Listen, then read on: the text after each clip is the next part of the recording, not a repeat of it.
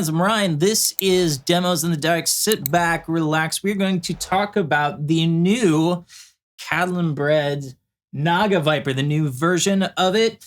And, you may kind of be thinking a boost is not terribly exciting, but I'm going to tell you this particular boost is incredibly exciting because of one thing that they added to it that is super duper useful. Let's take a quick look at the controls here. So up top, we have a heat. You can kind of think of that as the internal gain on the pedal itself. Next to that, we have a range, and that's the range. It's how much bass you want to allow into the boost. So, a traditional treble booster lets very little low end through, and you can adjust that here. Then we have the boost. So this is the output amount. And then the special thing here, the attenuation control. The original treble boosters were designed as like the only effect that you were using. And they work great when you're running straight into a cooking amp or you're running straight into another drive pedal. They work really, really well. The problem becomes when there's stuff in front of it. So if you have a drive or some distortion, some dirt in front of the treble booster, doesn't always play super, super nice.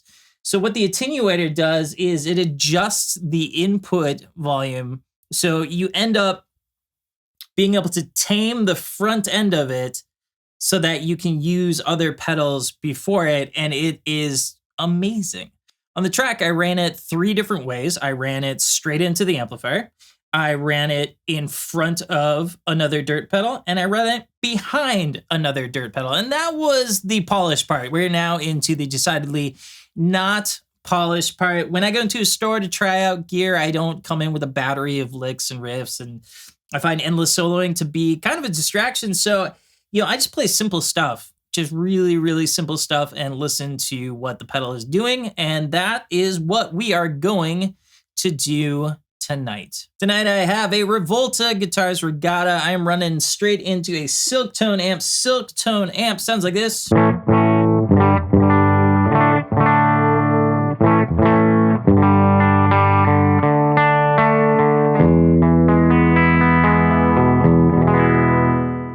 So the first thing we're going to do is we're going to use this in the most traditional sense. This is traditionally how you would use a treble booster, is why the treble booster was created. And that's when you have an amp that is really, really thumping.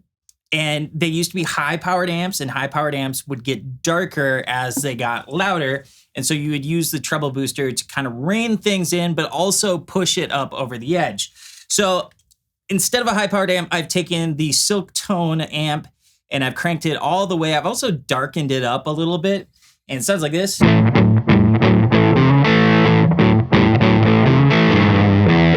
And another thing that I want to note is that even in this setting with no other pedals involved, the attenuation knob does quite a bit. We'll turn it all the way out to start out with, but here we go.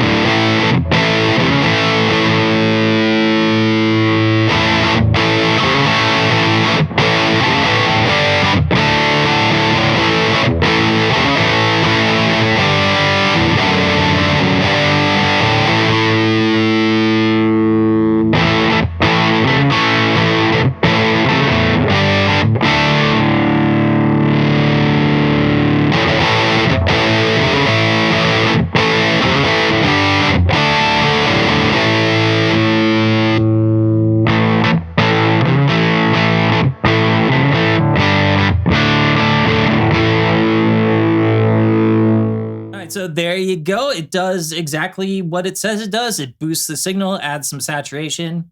That is the treble booster in its most traditional sense. Now we're gonna try something a little bit different. I grabbed the DoD 250 because I feel like it's kind of a neutral drive pedal. There's not a whole lot of coloration that goes with it, compared to like amp in a box pedals and stuff like that. So I have this going before the Naga Viper, which is usually a no-no, but watch the attenuator knob and you'll see just how awesome it is.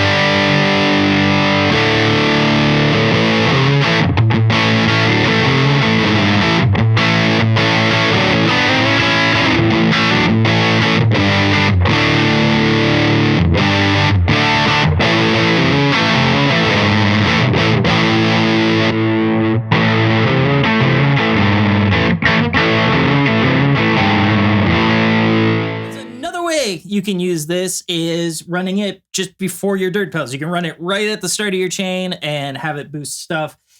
And what I found is that attenuator knob actually makes a difference when you're doing that too. It kind of tightens everything up. It's really, really interesting. So right now I am running into the Naga Viper, into the DoD 250, and out to the Silk Tone amp. So the 250 all by itself.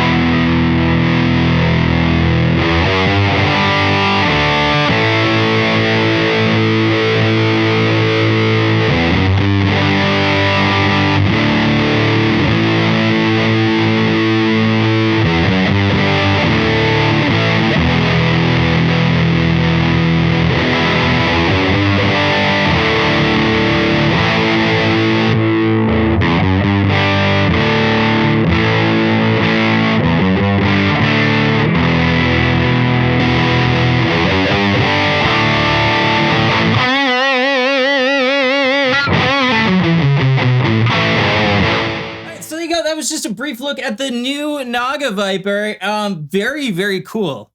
That attenuator knob is just like, that's so exciting to me because it makes this thing so absolutely useful in any situation that you want to use it in. And I really, really do enjoy it after drive pedals. I think it sounds really, really great. Sounds great before them too. And, sounds great running straight into an amp as well. So thank you, Catalinbread, for sending this over for me to check out. And thank you for the privilege of your time.